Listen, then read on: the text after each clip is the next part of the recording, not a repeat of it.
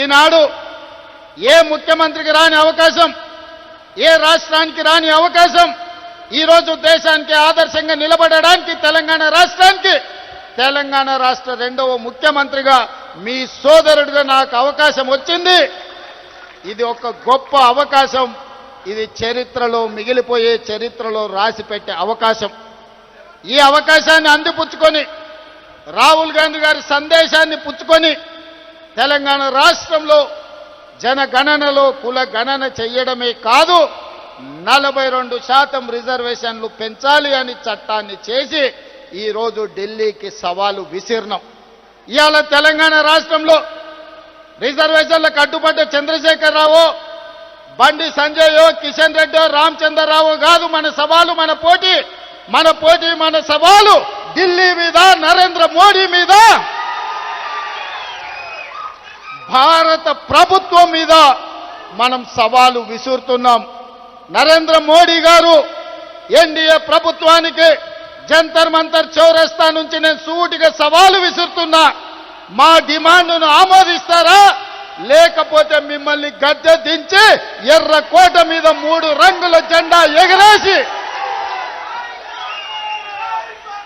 ఎర్రకోట మీద 3 రంగుల జెండాను ఎగరేసి మా నాయకుడు రాహుల్ గాంధీ గారిని దేశ ప్రధానమంత్రిగా చేసి 42% ఓబీసీ రిజర్వేషన్లను సాధించుకునే వరకు ఇక్కడ ఉన్న వాళ్ళు ఎవరు నిద్రపోరన్న మాట నరేంద్ర మోడీ గారికి నేను విజ్ఞప్తి చేస్తున్నా.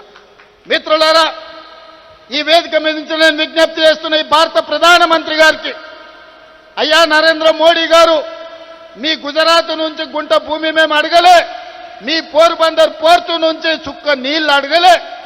మా తెలంగాణ రాష్ట్రంలో మా గడ్డ మీద మా బలైన వర్గాల సోదరులకు మేము 42% రిజర్వేషన్లు ఇచ్చుకుంటామంటే మీ గుజరాత్ వాళ్ళకు వచ్చిన కడుపు మంటేందని నేను అడగదలుచుకున్నా. ఇవాళ మేము గుజరాత్లో అడగలేదే, మేము ఉత్తరప్రదేశ్లో అడగలేదే, మేము మహారాష్ట్రలో అడగలేదే, మేము మా తెలంగాణలో 4 కోట్ల ప్రజలం నిర్ణయించి శాసనసభలో బిల్లు ఆమోదించి విద్యా ఉద్యోగాలలో, రాజకీయాలలో బలైన వర్గాలకు 42% రిజర్వేషన్ ఇవ్వాలని ముక్త కంఠంలో 4 కోట్ల ప్రజలు విజ్ఞప్తి చేస్తే మా ఆలోచనలను, మా బిల్లులను తుంగలో తొక్కే అధికారం మీకెవరిచ్చిందని నేను నరేంద్ర మోడీ గారిని, బీజేపీని నేను అడగదలుచుకున్నా. ఇవాళ నరేంద్ర మోడీ గారు మన బద్ధ శత్రు, మన బలైన వర్గాలకు న్యాయం చెయ్యాలన్న ఆలోచన ఆయనకు లేదు.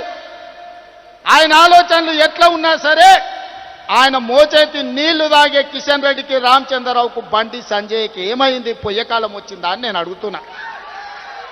మళ్ళా రారా మీరు తెలంగాణకు, మళ్ళీ అడగరా ఓట్లు తెలంగాణలో బలైన వర్గాలకు, మళ్ళా రారా దళిత కాలనీలకు, మళ్ళా కలవరా ఆదివాసీలను.